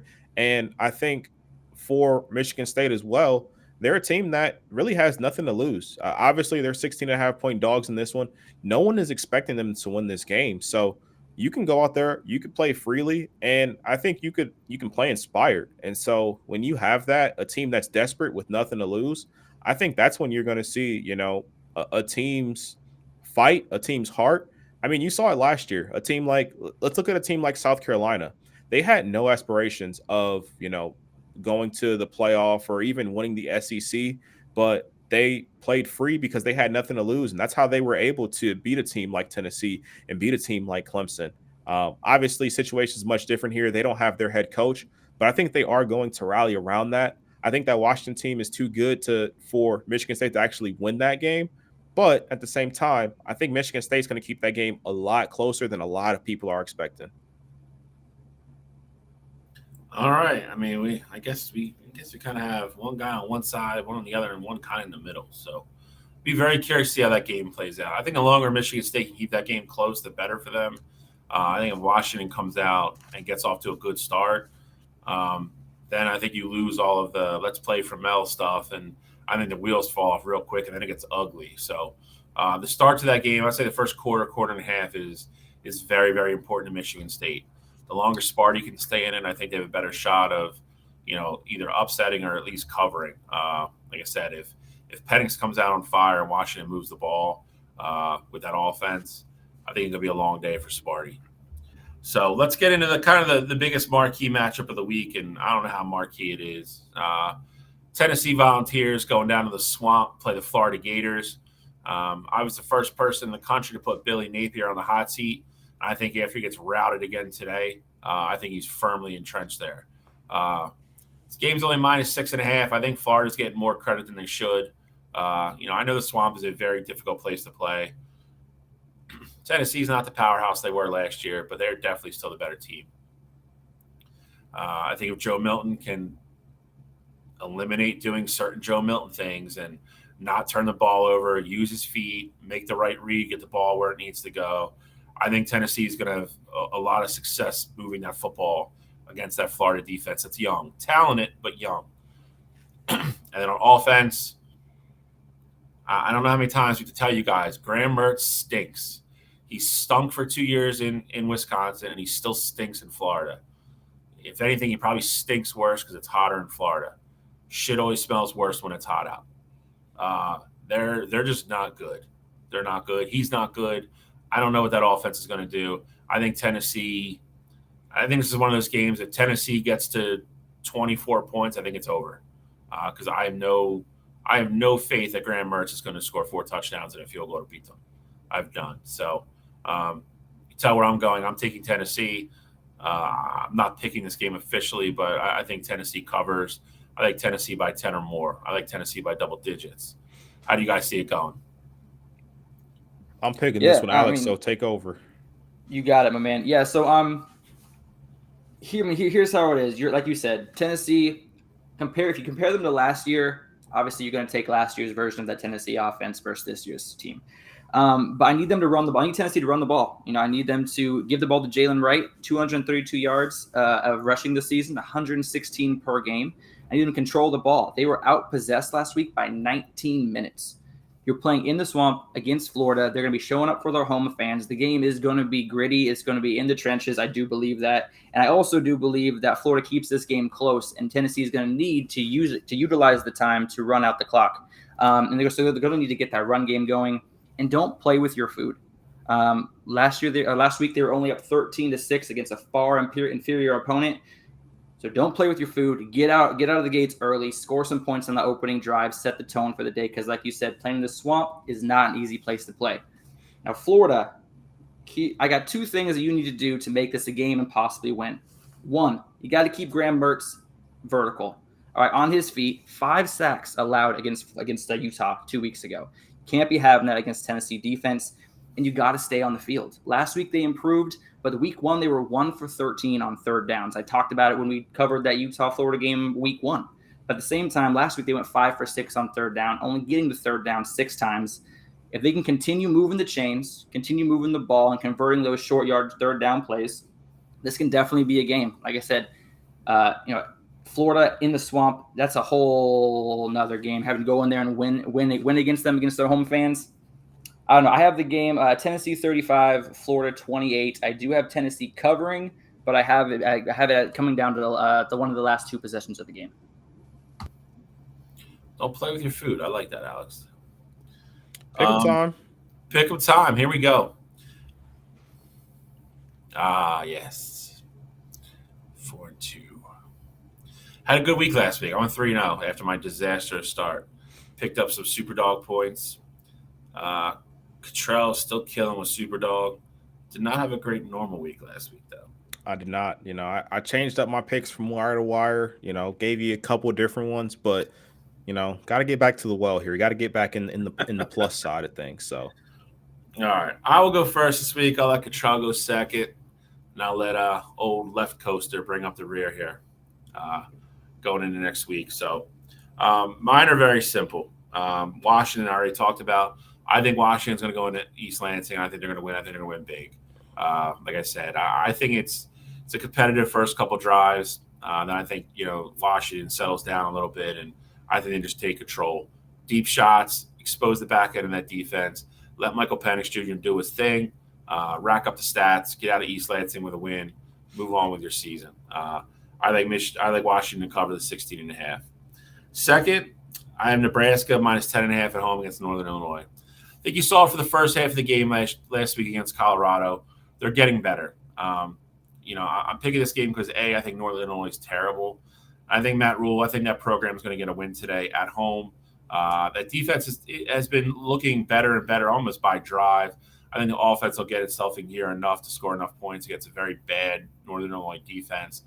10.5 at home, in Lincoln, Nebraska, that crowd is begging for a win. Kind of get Nebraska Cornhuskers off the mat here, get their first win. I like them to cover the 10.5. Last but not least, I kind of didn't like this game as much until Colorado State's coach opened their mouth. Now I love it. I'm taking Colorado minus 22.5 at home. If anybody didn't see the pictures from last week for Colorado's first home game in Boulder, it was chaos. The place was sold out. People were trying to jump over the fence to get in. The demand for tickets was out of this world. And like I said before, I think a lot of people forget how good Colorado was in the 90s, and nobody ever wanted to go to Boulder to play. Like, it is not an easy place to play. It's a unique stadium. It's a little bit elevated, not quite like Denver, a mile high, but it's a couple thousand feet off the ground. Your kids get tired faster, and it's extremely loud. They have the weird ramp behind the one end zone. It's a very unique stadium. It's a unique place to play. Now that the guy kind of trash talked Deion and said Deion's disrespectful when he talks to people because he doesn't take his hat or his glasses off, like, come on, man. It's a press conference. Like, who cares? But you firmly placed a target on the back of your kids that didn't need it. I mean, Colorado State are not world beaters by any means. You now have to go into that man you disrespect. You have to go into his stadium and play his team that loves to throw the rock around and score points. I firmly believe Deion tries to absolutely lay it on Colorado State today. And it's a rivalry game. However you want to cut it, Colorado State, Colorado's a rivalry game. I think Deion tries to put up 70 today. I don't know if he gets there, but I think that's the goal he wants. I think he wants to put up 70. I think they maul Colorado State. 22.5, I'll take it all day. I love Colorado today. And my super dog, whoa, calm down, Buckeye boy. Calm down. Go yet. The other game I'm going to pick is a team that was a game we discussed already as well. So I'm not going to spend a lot of time on this. I got South Carolina going to Georgia. I think South Carolina hangs in that game for a little bit. 4 touchdowns in an SEC game is a lot. I know it's Georgia. I am not taking anything away from Georgia by any means, so please don't take it that way. 28 points is a lot of points for an SEC opponent. If they were playing Vanderbilt or something like that, I would get it. South Carolina is not terrible. So I think Spencer Rather keeps them in it enough. Again, I don't think they ever win the game or they're close to winning the game, but I think he keeps it within 2 or 3 touchdowns. And, I'll sneak out with, 7 to 10 Superdog points. So I will take South Carolina plus 27.5 at Georgia. So I will agree with Bill 100% on one of his picks. Colorado, the line actually got up to 23.5 now. I like them at 23.5. Doesn't matter how high that thing gets. I'm still taking Colorado. Bulletin board material is the last thing that you want to do for those boys over in Colorado. And Colorado State doesn't even have the recipe to win. If you want to beat a team like Colorado, you can run the ball down their throats. Colorado State stinks at running the ball. So they're going to be passing the ball. I think you could have player props of Travis Hunter getting an interception and a touchdown. I'm sure that'll be plus money somewhere. And I think Colorado absolutely rose in that one. I think Colorado State is going to turn the ball over a couple of times. And I don't know if they have anybody on defense that could stop Travis Hunter, Jimmy Horn, or the kid Xavier last week that had a great game for Colorado. So I like them to absolutely roll in that one. I think they win by 30 plus. Easy win in Boulder before their prime matchup next week against Oregon. Next game I like, one of the games that we just talked about, Tennessee minus 6.5 at Florida. Graham Mertz stinks. I don't think they're going to score 20 points on that Tennessee defense. And, Joe Milton has played better, but he hasn't even been the catalyst to that team. Tennessee's done a great job of running the ball so far this year, and I think that continues this game. I easily see Tennessee winning by 10 plus points in that one. Last game I like North Carolina at home minus 7.5 against Minnesota. Minnesota's a team who's shown me their true colors already. Don't love what they have offensively. You saw the game against Nebraska. They don't have any dynamic players there. I think Drake May and that North Carolina offense is going to move the ball rather easily, and they're going to take care of business at home easily. I think easy two possession game there. And then my super dog is one of the last games that we talked about. Michigan State plus 16.5 at home against Washington. I think that's an inspired team. I think they keep that game close. I also think they lose because I think Washington has more horses on their side of the field. But I like Michigan State to keep it close in East Lansing. So I think they cover that 16.5. All right. Well, I'll make this short and quick as well. I have LSU minus 9 over Mississippi State. I think Jaden Daniels and LSU understand the importance of every single game going into this, and they'll be overlooking nobody. Obviously, Mississippi State is not a slouch either, but I do have them winning by more than 9 today. I have them winning actually by 21 today. I have Jaden Daniels going off. He's rushed for less than 100 yards this season in 2 games. I see him running for over 100 yards today and using his legs and going back to last year's form and that's how they won last year. And then I have Western Michigan plus 28 at Iowa. The reason I have that as my second pick is I don't think Iowa can score 28 points. Their offensive coordinator – oh, thanks, Justin. Their offensive coordinator was given the challenge to average 25 points per game this season or else lose your job. And guess what their average is this year? 22. They haven't even touched 25 points once, and they've played 2 absolutely trash opponents. So I don't exactly know what their offense is going to look like today. I don't think they can score 28 personally. Now, next up, just like you guys said, all 3 of us picked the same game. Colorado minus 23.5 over Colorado State. I feel like the Colorado State coach, I can't forget his name. I can't remember his name. That's how little of a deal he is. I don't get what he was expecting. Was he expecting Colorado to come out and give his team bulletin board material after his comments? I'm not sure because Deion Sanders has his team ready. All of his team members, all of his players did talk to the press, and nobody said anything except for shouldn't have done that. So I don't think that Colorado State has any drive for this game. Colorado's got everything with them, and they're probably going to win by 35-40. And then my super dog, Bill's going to love this. Cottrell, you are not. I got Western Kentucky plus 29.5 at Ohio State for my super dog pick. I don't know if you guys know who Western Kentucky's quarterback is, but Austin Reed is a stud. He's probably one of the most underrated quarterbacks in the game. His offense is fantastic. He's going to go up, and he's probably going to put up 35 points alone against Ohio State's defense today. Wow. Don't roll your eyes. Obviously, I'm kidding. Wow. I just want to see Cottrell roll his eyes real quick. I do have the game being closer than 29.5 points. I do have Ohio State winning, but I also think it's going to be like 35-14. Ohio State only dropped 35 last week against Youngstown State. Western Kentucky's defense is a little bit better than them, and their offense is going to be able to hold on a little bit longer. So I do think that they do cover that 29.5 point spread. I don't know, Trell. I mean, it sounds like Alex just put Ohio State on upset alert. I'm just saying. I don't know. It says quarterback. Funny thing is, I like Austin Reed. That's the funny thing. He's the heir apparent. He's the heir apparent to Bailey Zappi. So, yeah. I like the system. I went a little bit overboard with Western Kentucky, saying Western Kentucky was going to drop 35, but I do believe their defense is better than the team they played last week, and their offense is too. So I do think them only winning 35-7 last week is a foreshadowing a much closer game this week. Kind of like you said earlier, you don't see Ohio State really being at risk of losing this game, but I do see Western Kentucky keeping it close with that high-flying offense.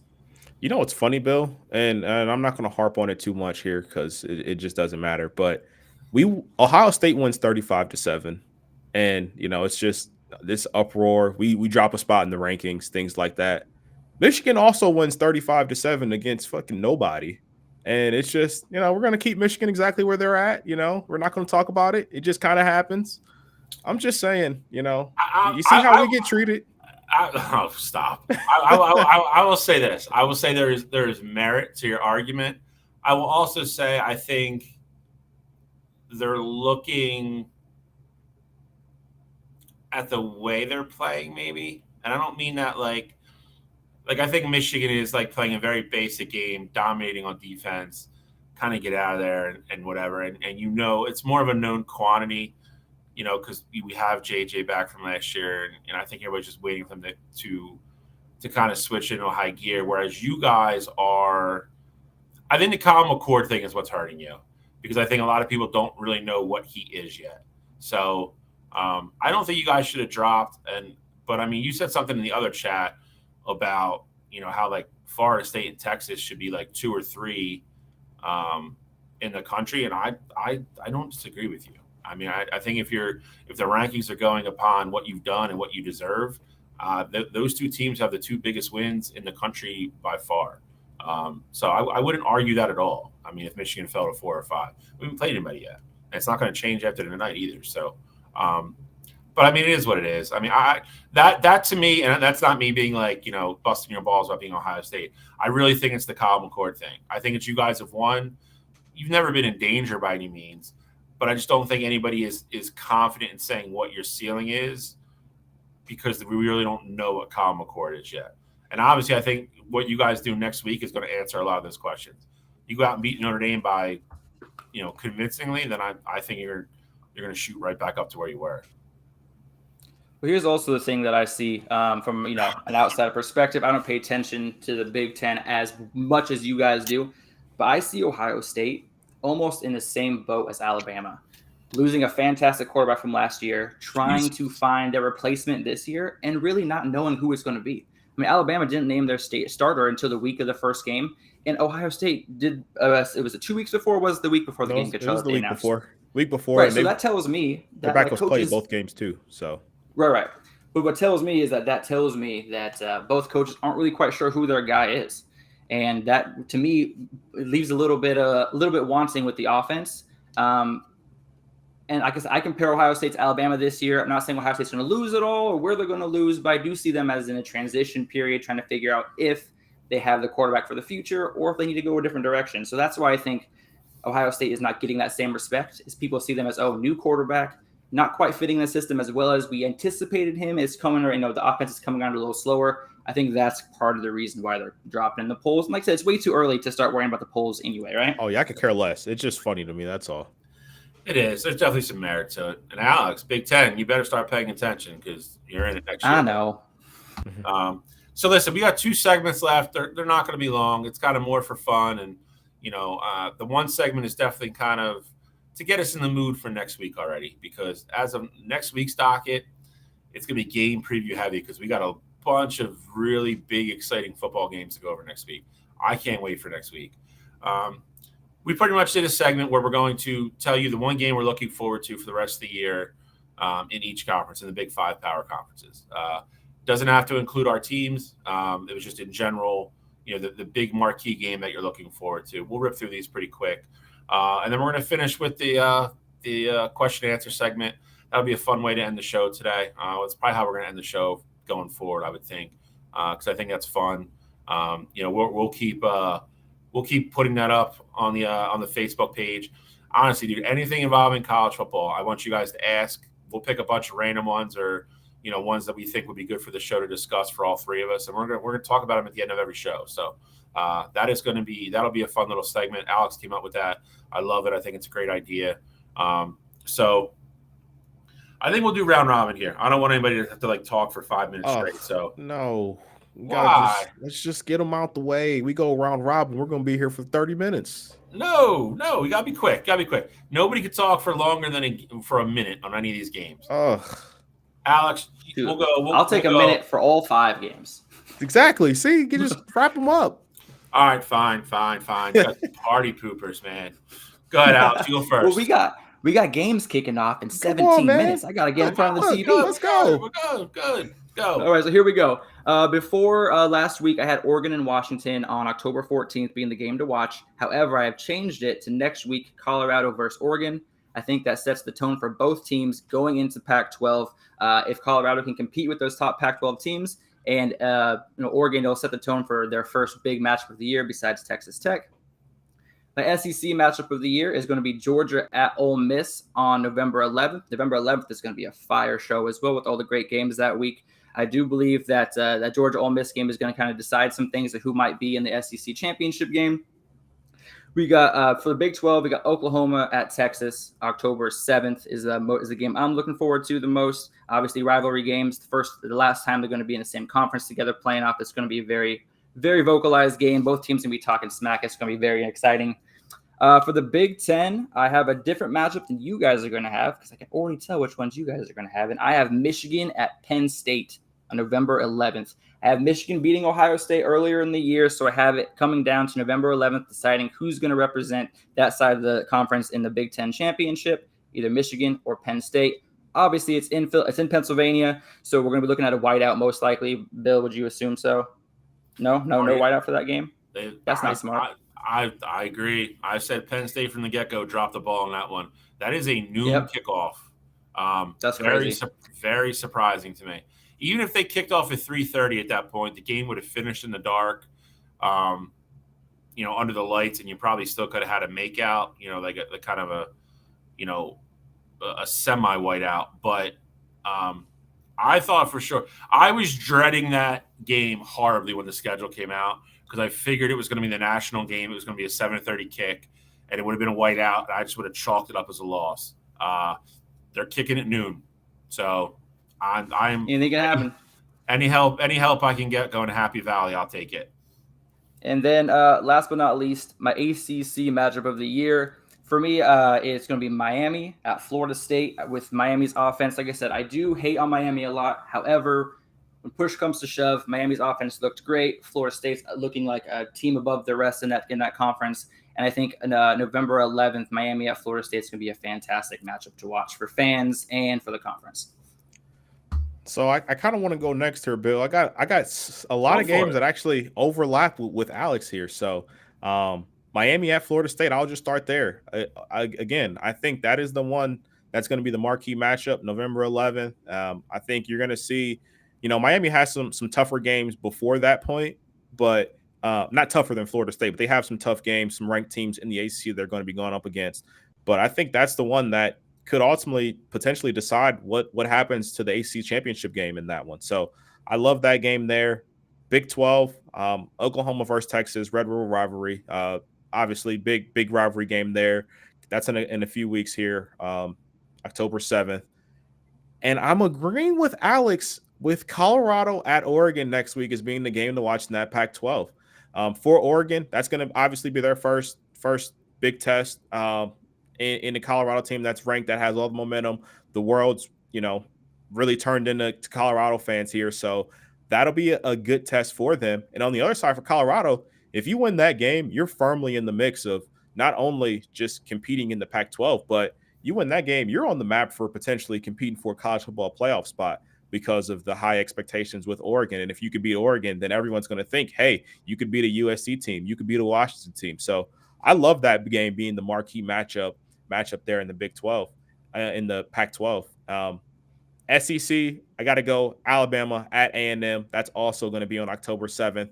I think that's going to be the first game where we know kind of who has the edge in that the SEC West. So I think that will be a big time matchup. Whoever wins that game, obviously it's going to come down to whoever wins that game versus LSU in their matchup to see how everything plays out. But with that game happening so soon, I think that sets the tone over there on the west side of things.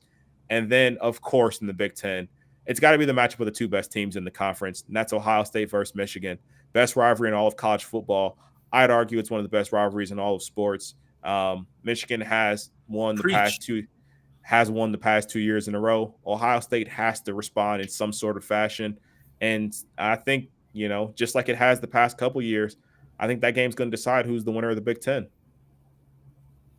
All right. I'm actually glad you went second because some of mine are a little bit different. So that'll be good. So ACC, I'm not going to go Miami, Florida State. I'm going to go to the game that happens 2 weeks before that. I'm going to go Duke's visit to Florida State. I think we find out two things. I think it's another quality opponent for Florida State. I know it's at home, but I think you really get to see, how legitimate Duke is as a contender. They already beat Clemson. They have a very senior-laden team. I think that moment might not be too big for them. I'm not saying they go and win the game, but I also think it really helps to set the pecking order in the ACC. If Duke goes in there and loses, Florida State is undoubtedly going to the championship game. It'll probably come down to the Miami game. And then if Duke goes in there and somehow pulls the upset, I think it's chaos in the ACC, and I think Duke's for real, man. I still think a lot of people aren't giving Duke credit because they just think Clemson stinks, and I don't necessarily think that's true. I think Duke is a sneaky solid football team. Pac-12. Going to disagree with you guys on this one as well. This is a little bit foreshadowing for next week, so I'm going to try to say it without saying it. I'm going to go Oregon at Washington, and I'm going to say this because I think the winner of that game is going to the Pac-12 championship game. Take that for what you want. I know they both have USC after that, but I think that is the biggest game because I think that is going to determine one of the teams for sure that goes to the Pac-12 championship. So I'm going Oregon at Washington on October 14th. The Big 12, this is the easy one. We all agree on this one. Oklahoma at Texas. Red River rivalry. It's going to be the last time they have it. I agree with Alex. I think it's going to be a very emotional game. It's going to be a chirpy game. It's going to be high-level intensity. Both of those teams want to win the last one that they have. Again, to kind of harp back on what we talked about earlier, I hate that we're not going to have this game every year. It is always a great, rivalry game right in the middle of the season. Two teams that have played each other forever. They played in neutral territory. They played the Cotton Bowl in Dallas. They had the big fair the night before, light everything on fire. Just great college traditions, and it's gone. It's just gone. It's not. They'll have it, I guess, every third year when they play on the schedule now. Just not going to be the same, and it sucks. So they're keeping it every year, Bill. I heard that it's not set in stone, and it's not in stone yet. But as of June, they were talking like they were going to keep it intact. I heard they wanted to keep it intact. They should, but I heard the sticking point with it is that they would have to schedule it as a non-conference game because if it's an SEC game, they're going to have to play it as a home or away game. Like they can't play it as a neutral site, and that's becoming the sticking point. Because the beauty of it is they play it, at the Cotton Bowl, and it's halfway. Yeah, and it's really cool because if you've ever seen it, the way they do the tickets, every other section is the other school. So that when you look around the stadium, it's red, orange. So that's what makes that rivalry special. They have the huge fair the week leading up to it. The night before, they both do their pep rallies. They light the huge piles of wood on fire and everything and do all that stuff. So I hope they find a way to do it because again, I think it's one of the best rivalry games in college football. I just think it's going to be more difficult, and I just don't think you're going to schedule that as a non-conference game with as tough as the SEC is going to be every year now. But we'll see. I hope it survives. I really do. So I hope I'm wrong about that. What do I got left? SEC. This is foreshadowing a little bit as well. I've made no bones about it. I don't think Texas A&M's not that good. So I'm going to go LSU at Alabama on November 4th. I think that decides at least who represents the West in the championship game. And then after that, we go from there. Last one, certainly, but not last but not least. Not going to harp on it. Cottrell already said it. It's nicknamed the game for a reason. It's the best rivalry in college football. It'll be the two best teams in the East. Not saying both those teams come in undefeated, but I do think it'll depend. It will decide who goes to the Big Ten championship, and it'll also decide ultimately who goes on to the college football playoffs. I think the winner of that game does. So those are my 5 games. So last but not least, we're going to do questions from the fans. We're going to wrap up the show here. I'm going to let Alex take this over. This is his baby. So I know he's been gathering questions and so forth and so on. So I'm going to let him take over the show here for a couple minutes.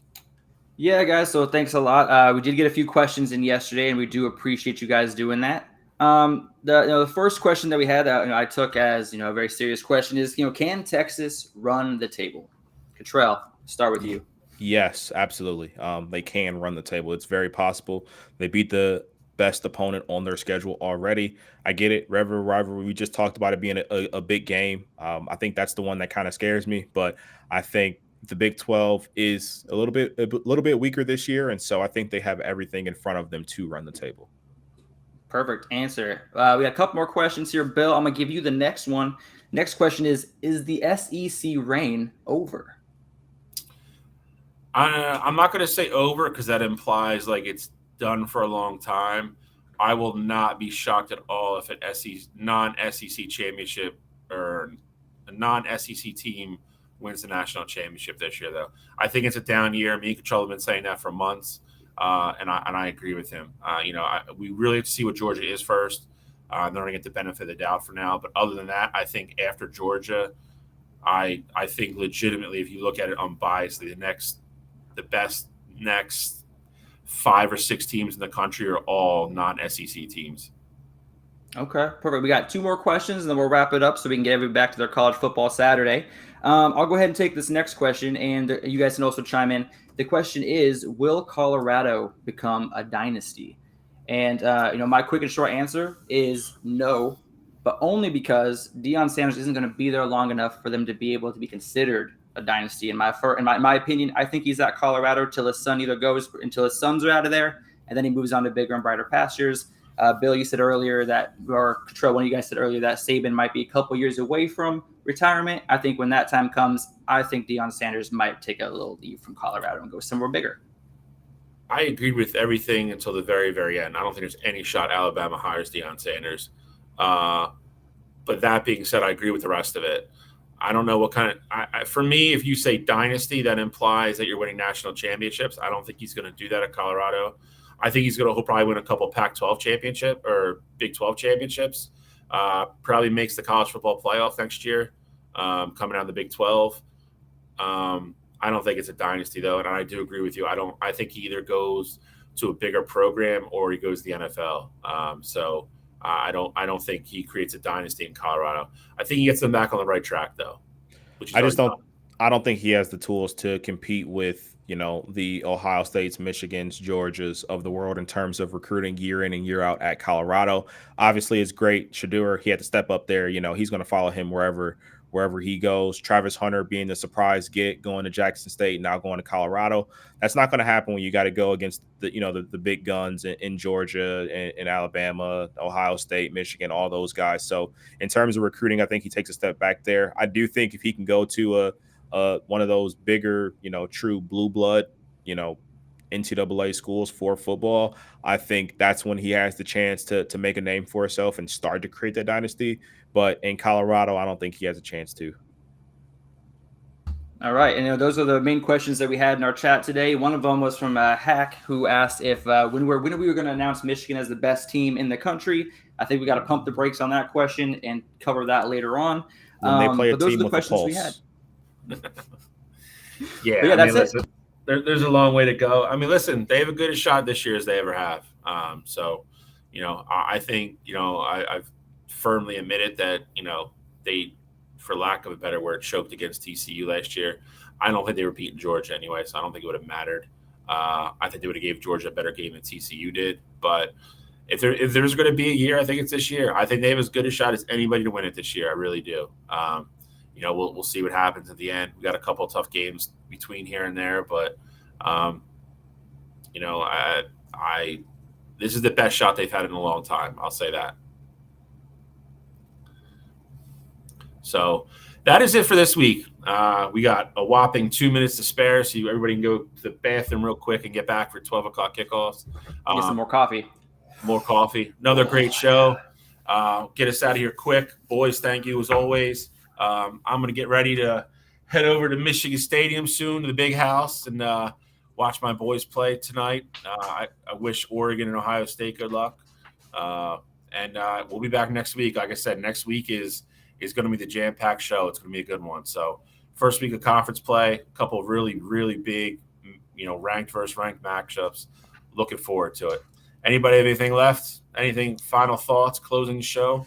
Nope. Enjoy this slop fest of a slate for college football, because next week we are going to be in high gear. Facts. Have a great day, guys. Hey, no, that's it. I was just looking forward to watching some football. All right.